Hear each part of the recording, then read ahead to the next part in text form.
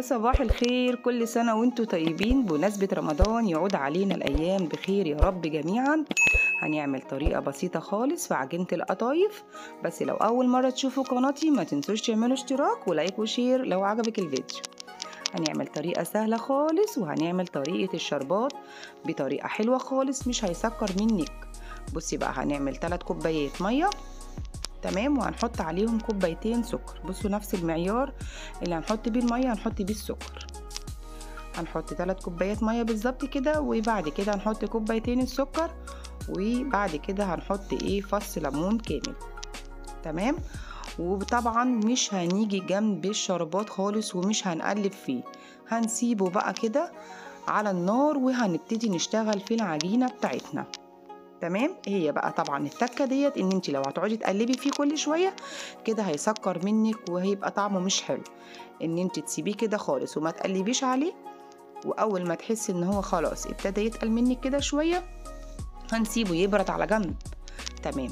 نيجي بقى هنا للعجينه بتاعت القطايف. حطينا كوبايتين دقيق، تمام، وبعد كده حطينا زي 5 معالق دقيق بسبوسه اللي هو السميد، يعني ربع المقدار بتاع الدقيق اللي احنا عملناه. احنا الدقيق طبعا كنا عاملين البولة ديت مالينها على الاخر، انا يعتبر اقل من الربع حطيت دقيق سميد. حطينا 3 معالق سكر ونص معلقة خميرة وربع معلقة بيكنج باودر ومعلقة نشا، تمام. مش هنكتر في البيكنج باودر علشان التفرغات بتاعتها ما توسعش مننا قوي، تمام. وبعد كده هنحطينا طبعا المواد الجافة كلها مع بعضها، وهنحط ميه فتره. طبعا المقدار الميه مش هنقيمه صح علشان كل دقيق حسب ما بيشرب الميه، تمام. انا حطيت زي كوبايه الا ربع ميه في الاول، ورجعت حطيت تاني زي كوبايه الا ربع، وهضرب كويس جدا. طبعا انا حاسه ان هي لسه تقيله، تمام.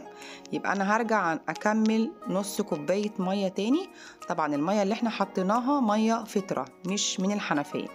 يبقى احنا دلوقتي كده الكوبايتين الدقيق خدوا مني، بصوا، ناعمه وطريه وجميله اهي زي ما انت شايفه. ضربتها ضربه كده، تمام. ويبقى كده خلاص خلصنا العجينه بتاعتنا. يبقى هي كده خدت مني قد ميه؟ خدت مني كوبايتين ميه مليانين. هسيبها بقى 10 دقايق بالظبط كده، والعجينة بتاعتنا ما بتخمرش.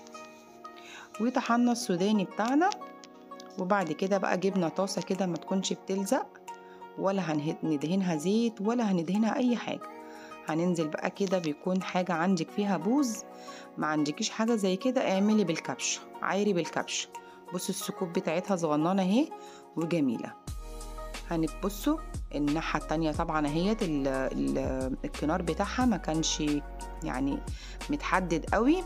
بصوا هوريكم ديت، طبعا الكنار بتاعها متحدد طبعا اكتر شوية، عشان كانت لما قعدت ريحت شوية بتاع 10 دقايق كانت محتاجة مني زي معلقتين مية.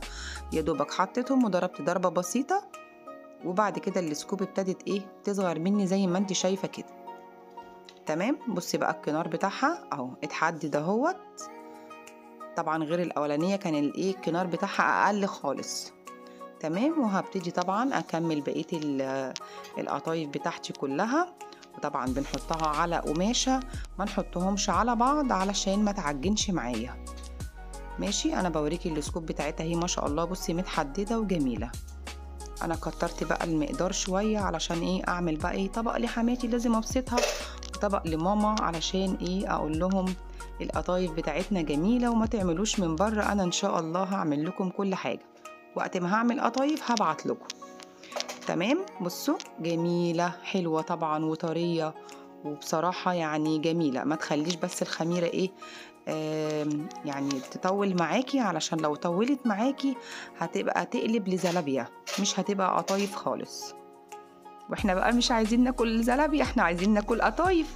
كل سنة وانتوا طيبين. بصوا جميلة طرية وحلوة خالص. بصوا السكوب بتاعتها صغننة اهي. طحنا بقى السوداني بتاعنا، وبعد كده هنحط الجوز الهند حسب بقى ما انت عايزة في المكسرات، حابة تحطي زبيب، حابة تحطي مكسرات بندق وفستق وعين جمل والحاجات الجميلة ديت. حطينا معلقتين عسل. بصوا الشربات بتاعنا ولا خفيف ولا تقيل.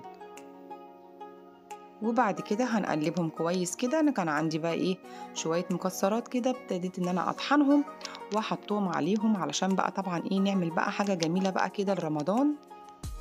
وبعد كده هنحط بقى ايه في القطايف الناحية ايه اللي هي الفاتحة زي ما انت شايفة كده بالظبط، لكن الناحية الغامقة دي بتبقى من بره.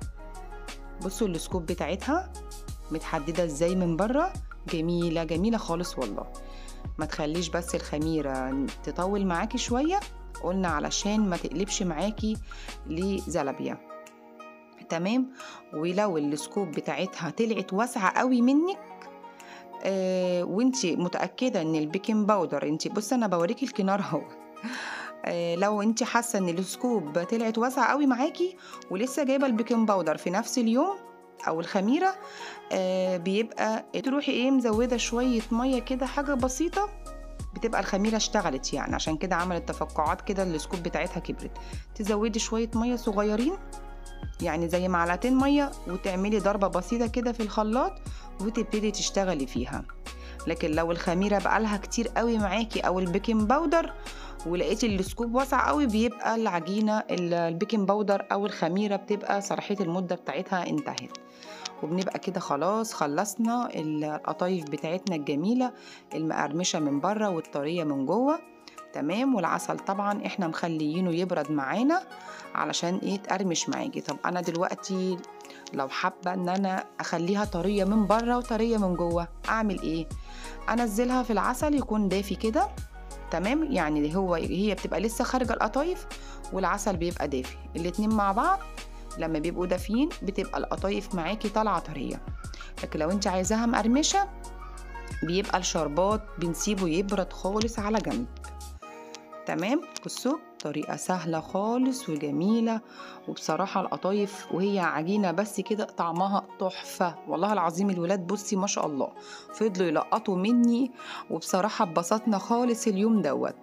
كل حاجة بصراحة لما بتتعمل في البيت دول طبعا أنا كنت لسه حاطة فيهم مكسرات، الولاد عايزين ياكلوهم يعني نيين كده ما يكونوش مقليين. الاتنين القطايف دول طلعوا مني كبار شوية، قلنا ممكن نحط فيهم تعصيجة لحمة أو حاجة. تمام. بصوا مقرمشة من بره وطرية من جوه. بصي طريقة سهلة خالص وبسيطة وجميلة. ويلا بقى جربيها في البيت، ويا رب اكون فدتكم بالفيديو الجميل دوت. يا ريت تدعموني بالاشتراك وباللايك. بحبكم في الله، وكل سنة وانتم طيبين.